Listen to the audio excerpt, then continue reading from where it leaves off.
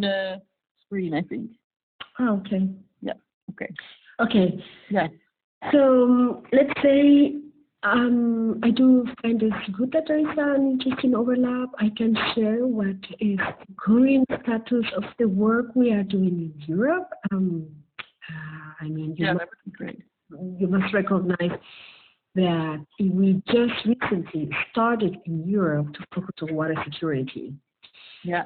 We don't have a really large portfolio of interventions, nor a specific focus. We are in the more defined scoping. So we had a pre-scoping phase that started 2 years ago. And the logic for us was we do have a large experience globally working with source water protection, that we have different types of water funds that have been able to be developed and are running, and some new are being scoped and also developed.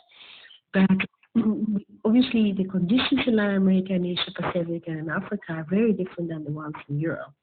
And when we identified opportunities here was where can we add value on the discussion that are different to what rural and urban watershed management has existed in Europe. No? So there are still challenges regarding the water quality. There is still issues regarding pollution due to agriculture. What can we bring that can add value, considering that Europe is a very heavily strong legislation with a strong policy regarding water? We thought the entry points were the governance, the financing, and also elevating the awareness, a little bit trying to shift the context of very heavily dependent on engineering and gray infrastructure. So that's why were like the three hypotheses we had. So we have not yet started any on-the-ground project with a very specific city with a very specific watershed. So I cannot really tell you we are working in this region or in this geography, not now. Yeah. We are doing an analysis which is called the Urban Water Blueprint for Europe, which is actually, we just started it, I would say a couple of months ago. And that's a scientific study, so there is a modeling incorporated in regards of what could be those areas, which could be those areas in different watersheds in Europe where we can have nature interventions like land restoration or improvement of agricultural practices, etc., where we can secure water improvement, water quality improvement, or yes, mostly will be leading directly to water quality. And we are only looking at surface water because it's directly related to the interventions you do on the ground, to the improvements in the quality, and that's more into the return of investment, so that we can identify where are those priority areas where you can already see if you invest quickly solutions in regards of quality. So we are aiming at mapping that. So there is like patchy information across that in Europe, and not yet that analysis has been done. So we are bringing previous pieces that have been existing. There is the Water Atlas, there is several different types of analyses, but none of them is saying where is the return of investment most appropriate. We are doing this in combination. We have contracted Ecologic, and managing this project is Sophie. So I would prefer, if you do have follow-up questions, it would be great when she's ready that she can share with you. Yeah. At the moment, in the research stage, no? Yeah. I mean, I wanted to make sure if you have questions, you can totally drop me. I don't know. Because I might go to different directions every time. So. No, but I mean, I guess there's still a lot that I would like to know. I just want to make sure that I understand you correctly. So you said there are 3 hypotheses that we are working with. I'm not sure if I grasped all of them. Okay, no. Let's say when we started, we did not really fully knew the context in Europe. We are, in this moment, we are actually doing this analysis. So there is one part which has to do with what is the return of investment, no? What is the actual analysis and the modeling telling us regarding the potential for improvement in the conditions, either agriculture, etc. You can have results. And then there is another type of analysis in regards of the finance area. So it's very similar to what you are doing. And I think that's the great overlap and the potential cross-fertilization that you can have with Sophie, because she's leading that financing pathway, let's call it, or finance the barriers and the conditions, and how to address the regulators, and how to address I guess in this case would be improving, or I don't know if improving is the right word, but enhancing that it is not just heavily dependent on public funding to sort water quality issues, but to also explore private watershed investment opportunities. Yeah. That is so, and a way to diversify the portfolio. And while there are already voluntary schemes existing, like France and in England, it's not really overall scale, and not really always maybe recognized that that already exists, or so it's not even recognized that that's the model that exists, and it's not really reaching its potential. So that's a different track where we are looking at what already exists, what sort of arrangements exist. So there are quite interesting cases. So you are mixing the governance, so the voluntary arrangements, with the financial transactions, so the compensation schemes. Yeah. And then we are doing another type of analysis, which is what is the policy setup, and then the policy setup, there's different linkages. So there's this bigger macro Europe policy, that there is as well direct linkages to local government role to secure water quality. But as well, there are countries that are implementing the Water Framework Directive, and not all of them are at the same level to recognize compensation schemes or payment for ecosystem services, like, for example, Spain. No? So there is still some niches for exploring through policy work, potential, in this case, that will be needed to be explored if it's relevant at the local level or at the national level, but that create more conditions for incorporating these types of approaches of voluntary arrangements. Because in Latin America, a water fund is created as a voluntary agreement between different stakeholders to protect the upper stream source water area. Mm-hmm. And it's usually financed by the beneficiaries of that water, like a company that's producing beverage, brewery, or any other type of company, or a city itself that requires the water constantly flowing, like in the case of Lima, that is pretty much located in a desert, so heavily dependent on the hills water source production. And the combination of the type of interventions that we've been funding and we've been interlinking has to do strongly with, okay, how do we make sure we understand the watershed? How do we monitor? And how do we add the variable in regards to climate adaptation? Because the water fund existed for about 18 years. The first one was almost 19 in Quito in 2000. Oh. So it's really a long time process. We have learned and fine-tuned it and adapted. No one water fund is the same as the other.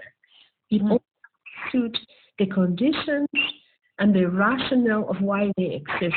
Some water funds are only, for example, it's more like a biodiversity, has a more biodiversity focus, like the water fund in Cape Town, South Africa. they recognized that they were exotic plant species that were really invading the source area, actually where the big water aquifers exist, and they were sucking literally the water out of the aquifers. And they recognized by eliminating or trying to reduce the amount of these exotic species, the aquifer were refilling again. So it was more focused on biodiversity, which is an exotic species, and it's not really helpful for the whole linkage in regards to the water regulatory system. But it's not really necessarily linking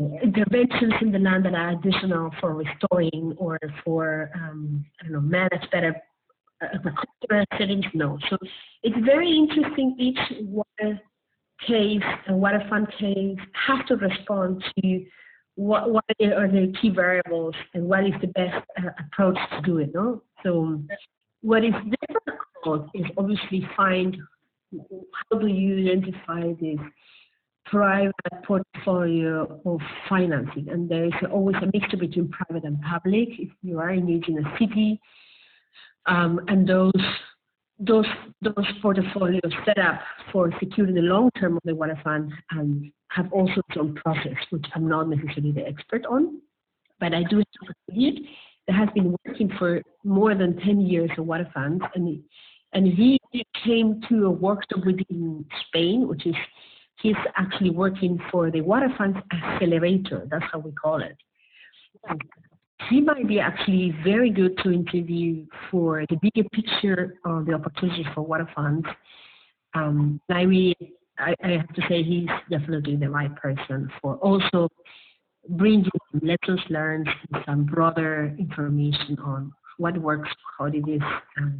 So I'm just going to, I guess, just give you a hint of picture and the key people that can share this in a much more active way. So in Europe, what is his name, your colleague? His name is Alejandro Calvache. So I'm going to make a note. I'm going to introduce you to Alejandro. Yeah, that would be really nice. Yeah. It's wonderful. I have to say he is just fantastic.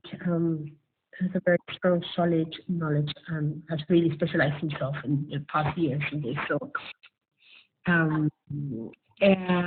So he's not just focused in Latin America, as the accelerator name means.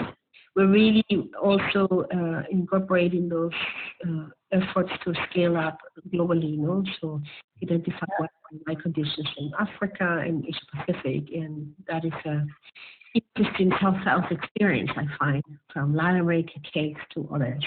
Yeah, and maybe well, I thought maybe we can, if we go one step back, but maybe this is something I should ask Alejandro as well. But I'd be really curious to understand how you came to setting up the water funds, or what key barriers are being addressed by setting this up. I, of course, have some ideas, but it might be good to. I might not have it totally correct. Yeah, so it really depends again on the cases. Okay.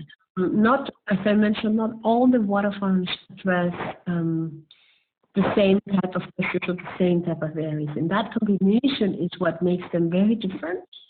I cannot really say we have a model and it's exactly going on around. I guess the key questions here are part of the scoping phase we have on water funds, which involve understanding, okay, there is a potential for source water protection, and what we mean by source water protection is then all those types of interventions that can ensure the water quality and water availability is secure. So we focus on water quality and water availability. So we are making sure that it is constant and there is no really heavy drought seasons, and that the measures that we can take can reduce the drought opportunities. As well with flooding, some water funds actually address both drought and flooding at the same time.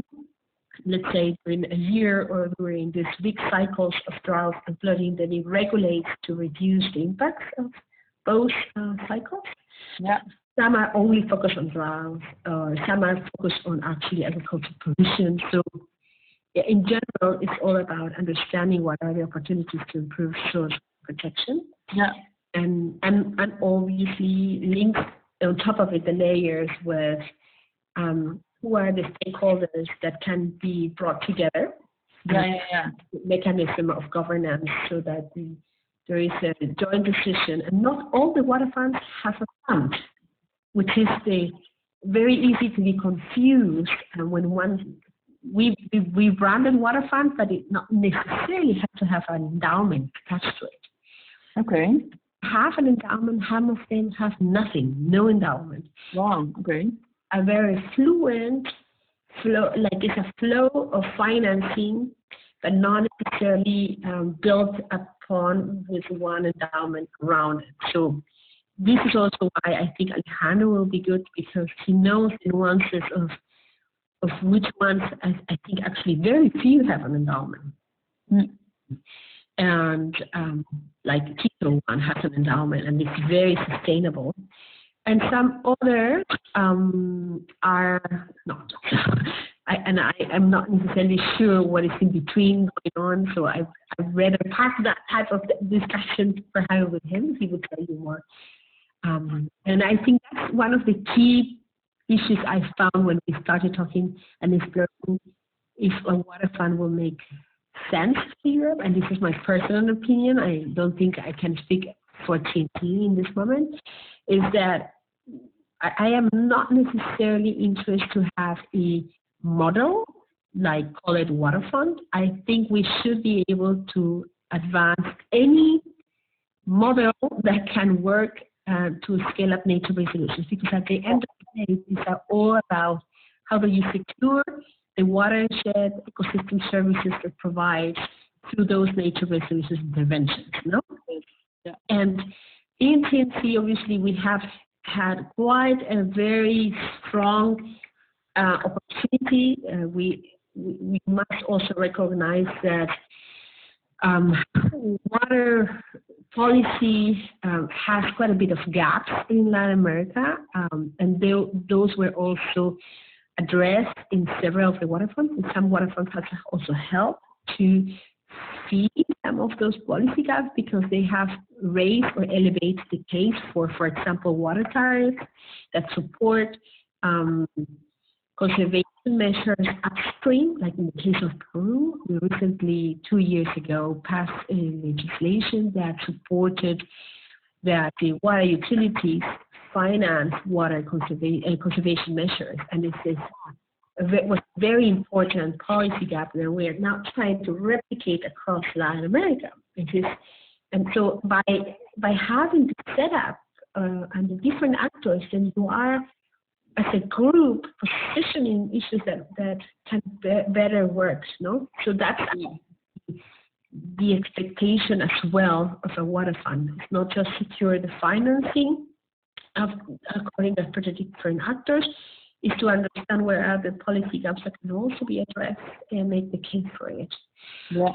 In Europe, because there is a very strong regulatory framework, I would say there might be some opportunities to work on the policy, but more in the medium to long term. I think in the medium term, there is, and I think, I guess, so there is opportunity to work on creating a better awareness. I think there is so many cases going on. There is not necessarily a clear understanding of the potential of those existing voluntary arrangements. There are like water funds, to be honest, no? So there are several that are similar, but they might not have all the elements of it, like a fixed governance structure or that fixed finance portfolio to let's say commit for long-term financing, etc. So there are cases that we are also identifying during this current research, and I wanted to share that I mentioned that there is one let's say modeling and science report we're going to be producing, which is called the Urban Water Blueprint for Europe. Only going to be working obviously this is like a first a first look at the Europe case. So we are not going to go into the very, very detail, but we hope to have an idea in the ranking of 100 cities. Where are the biggest potential for scaling up nature solutions through source water protection? And then we are doing another report, which is a more compiling all these, which is investing in nature for water security in Europe. And that is also hoped to be due by end of August. So we might actually have a very interesting overlap, and I think that's why it will be good sooner rather than later that you speak with Sophie. Sophie's leading both. Sophie's leading the water security work in Europe, first of all. That's very important. So we started 2 years ago by the pre-scoping phase. We hired Sophie a year ago, and now Sophie took over, and she is leading as the water security director the research, but also the scoping where we are looking at opportunities to test on the ground and do more specific coordination, and that might be with at the country level, at the city level. We don't know necessarily where that will necessarily be focused. So the next steps are we're still going to figure out where are the best approaches we take, and we don't necessarily consider we can do this alone. So it's better to also do this in partnership. And this is also, and to be honest, this is a bit what we thought. We've been working in Europe for the past 10 years, since 2008. I worked for the Nature Conservancy in Europe for the past 6 years. Okay. Been mostly working on policy, like global policy, supporting the work that we do internationally in the regions, but we have in the past decided not to have intervention in Europe, like conservation interventions in Europe, because we recognize there were so many actors already doing a great job here, and we were not sure if we were being able to fill some specific gap. With this experience on water security, we felt we could explore where we can add value in the discussion. So we are still, let's say, identifying where can be that niche, and that's why we don't necessarily are yet, let's say, doing our thing. We felt it's better if there is already, let's say, quite a bit of a process, and that we recognize there are quite several, that we can add value on those specific ones and bring that expertise. Most securely will be focused on the financing, the structuring of such sort of arrangement like the water fund, no? And not area where we do have expertise, where I think is complementary, but it does not necessarily fall under the portfolio of Sophie, is flood risk management. And I do have another colleague which is working on insurance schemes, exploring how to use nature to reduce flooding risk. So those are very interlinked. We have not yet made the case in Europe, but we do have the case in other parts of the world. So, and this is also where we recognize TNC has very unique expertise in working with the insurance sector, recognizing where are risk transfer solutions that can be scaled. So we are seeking for opportunities to test it in Europe. There are several competitions, and my colleague is co-casting Flickner. I would totally recommend, if you're also interested on that type of work, to speak with her. I can introduce you to her. She's based in Berlin, and she's where is she based? Berlin. In Berlin, okay. Yeah. And she's director of the Germany portfolio, so she's also in the Germany portfolio. She is actually scoping for more specific on-the-ground cities work. There is a bit more advanced in regards of speaking with specific municipalities. This is on another portfolio, which is more about, for example, reducing. I don't know if you have heard of our publication on tree planting, reducing heat wave effects.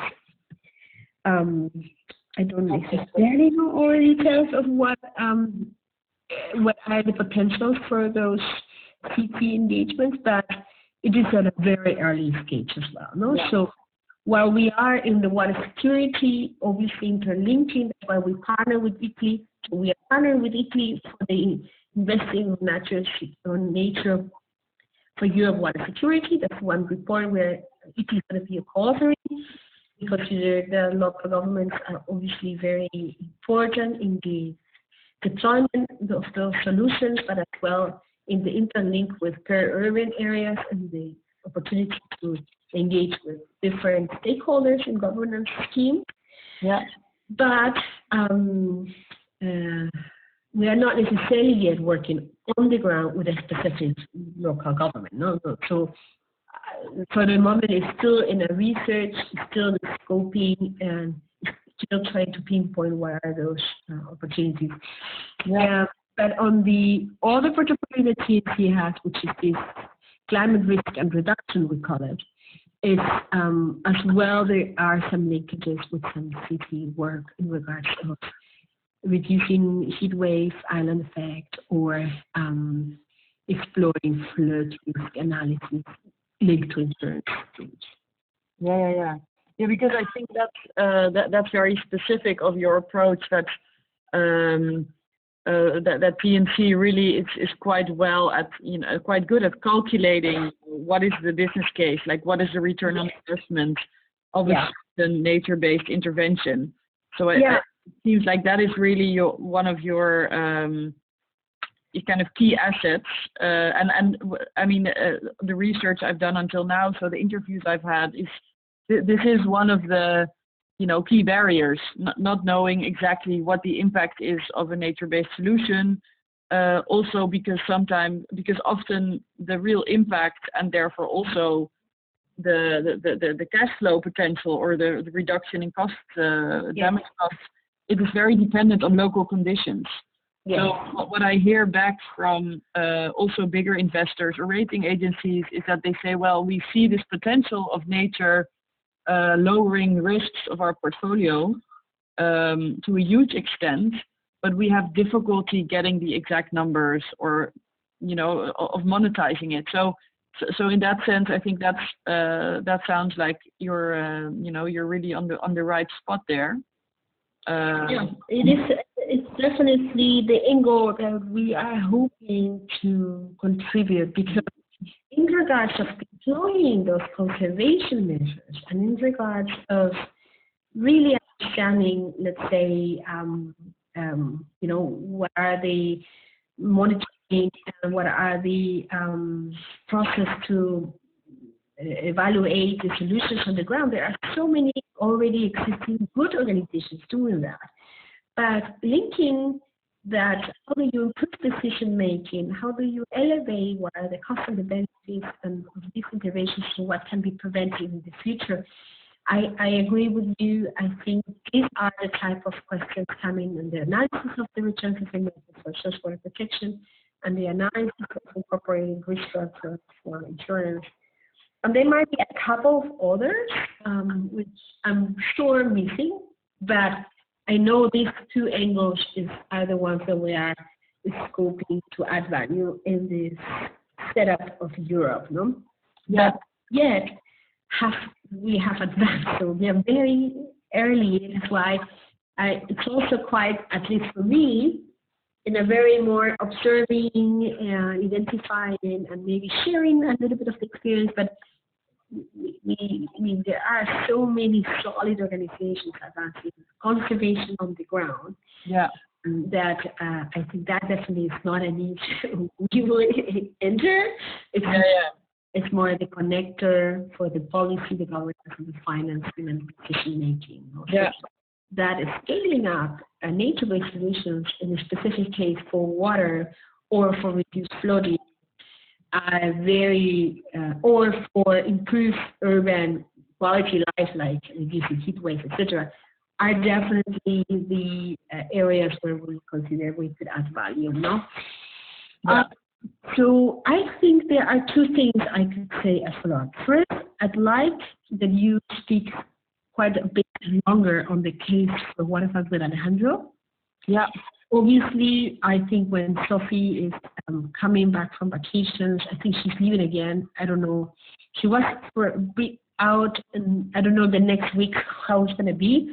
It would be really good to schedule with her so she can give you also that more deep discussion in regards of what she already identified as barriers, where is our understanding of working with the regulators, because obviously you know that better than I, there are these opportunities to work with the regulators, obviously like the cases of Watch.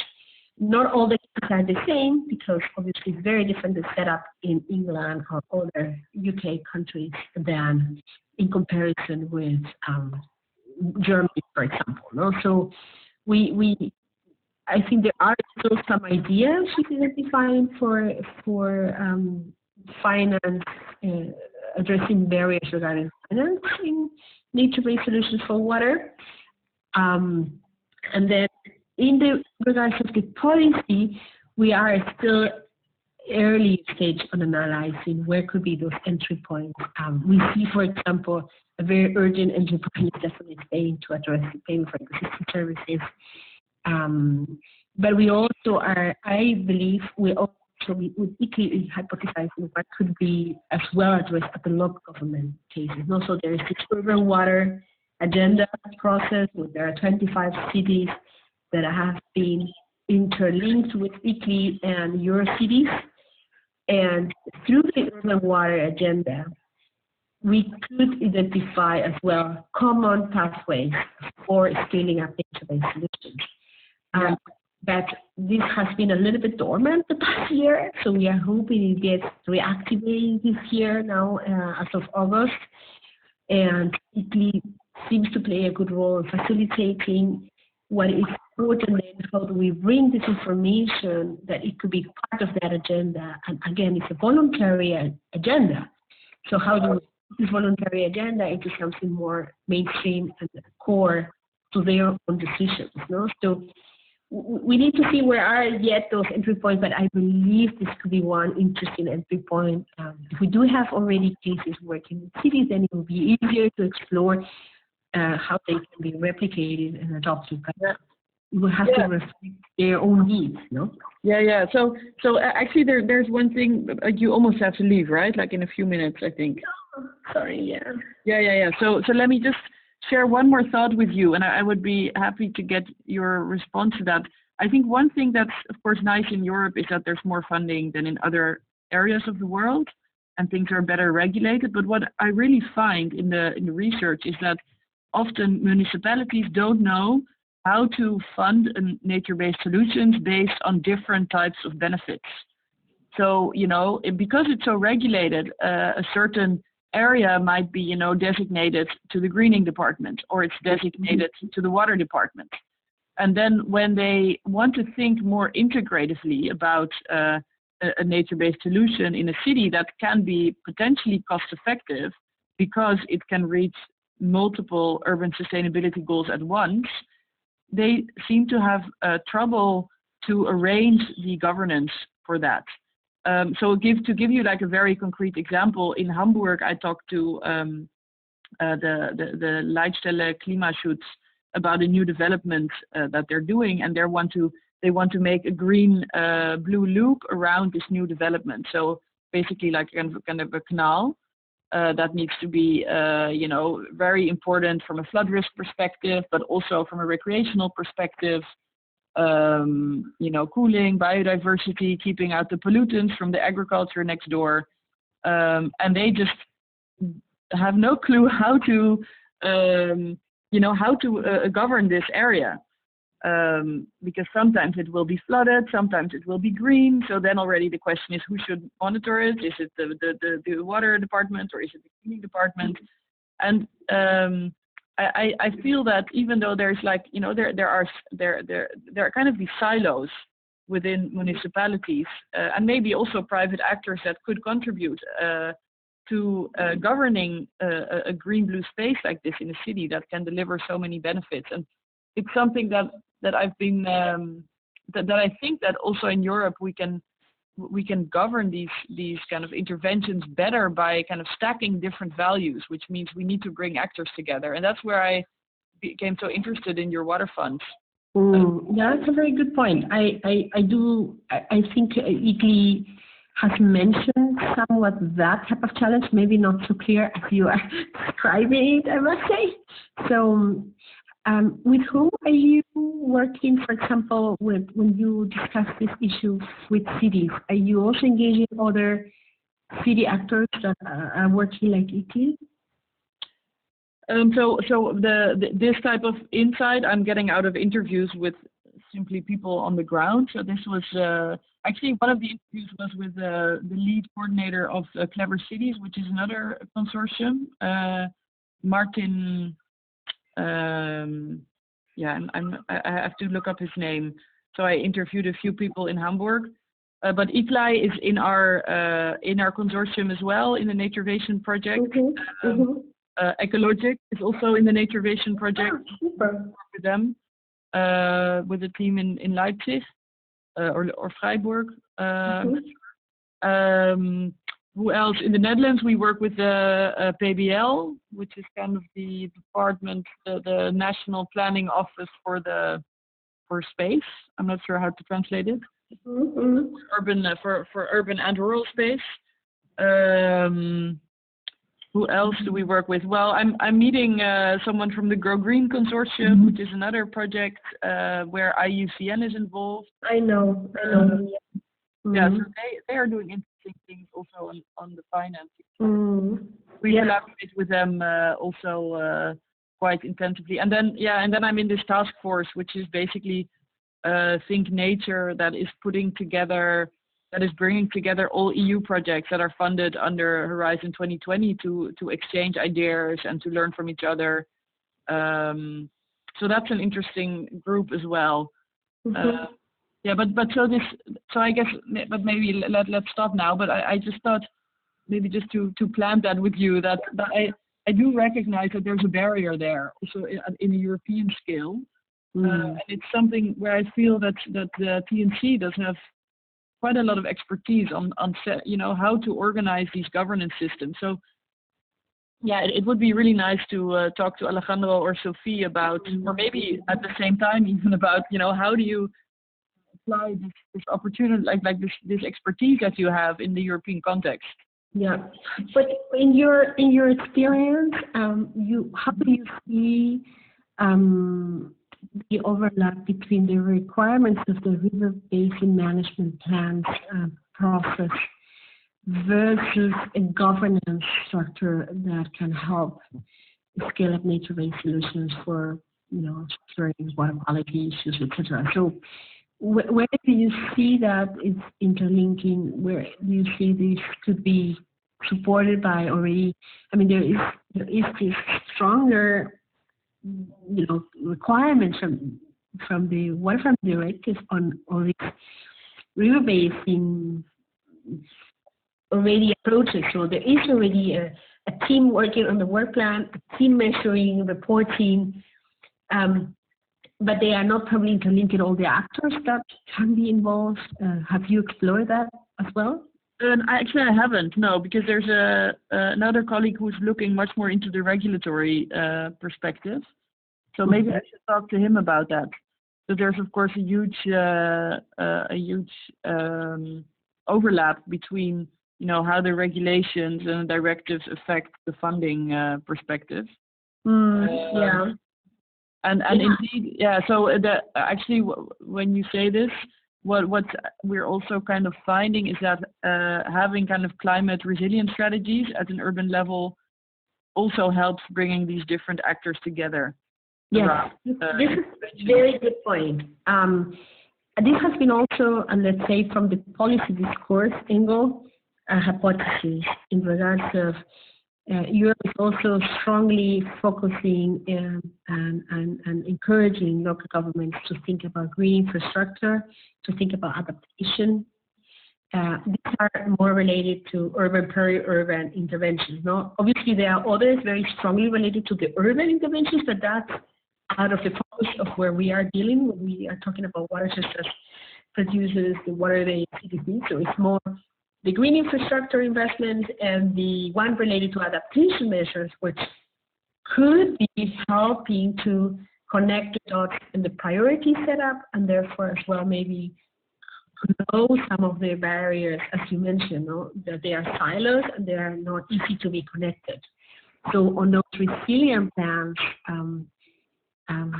in many cases can be the water or the scaling up nature-based solutions in different, there may be for different purposes, but for the angle of thinking, which are specifically on water, then it could be helping as well. But again, I have not really looked at that in detail. It continues to be a thought. Yeah. Because you also bring in that, so we should talk also about that further. And I actually will be happy to have a different conversation next time, which is once I have a little bit more clear about all those elements, to see where I'm also advancing, and maybe we can use some of you already, we can already start seeing Naturevation is already advancing on these, so we can already link some of our findings to as part of the existing knowledge in Europe, so that we can elevate it in this report as well. I'd be happy to make sure, at least for the policy and the governance elements, we can bring that. And I'm sure Sophie will also see the complementarity on the financing, so that we are not really missing out the opportunity to also quote your work. Yeah, no, sure. I mean, I'm happy, of course, to contribute. Then you would need to let me know, like in what form and when. Yeah. So as I said, so end of November we'll have kind of working papers ready, which are more which have more an internal purpose of then kind of finding these pathways. But yeah, just like I will be going to Athens in October, we will always look for also intermediate moments to share what we have found, and also to kind of test the ground of, does it make sense what we have found, or are we missing things? Yeah, that's great. That's very good. That's very, very interesting. So, okay. So I think I really have to work. No, thank you so much for your time. And I'm also going on holiday in the next 2 weeks. Okay. So maybe, I mean, if you can still drop Sophie or Sandra a line, I can respond if it's before like Friday afternoon. Or otherwise, they will get an out of office, and I will respond early August. Yeah, that's also. I think I will not have my computer with me. But by then, I'd be happy to set up a meeting, one of them or both, when they have time. But in any case, thank you so much already for your input and time. No problem. I think it's been mostly a general screening of what we are at the stage right now, and I think more specific, I will really suggest you follow up with Alejandro and Sophie and drop them a line. And okay. Yes. Okay. Great. Thank you. Look forward to continue talking with you afterwards as well on connecting those discussions on governance and policy. That would be really interesting as well. Yeah, definitely. Yeah, that would be really nice. Well, and enjoy your holiday. You too. Take care. Yeah. Okay. Bye-bye. Bye-bye.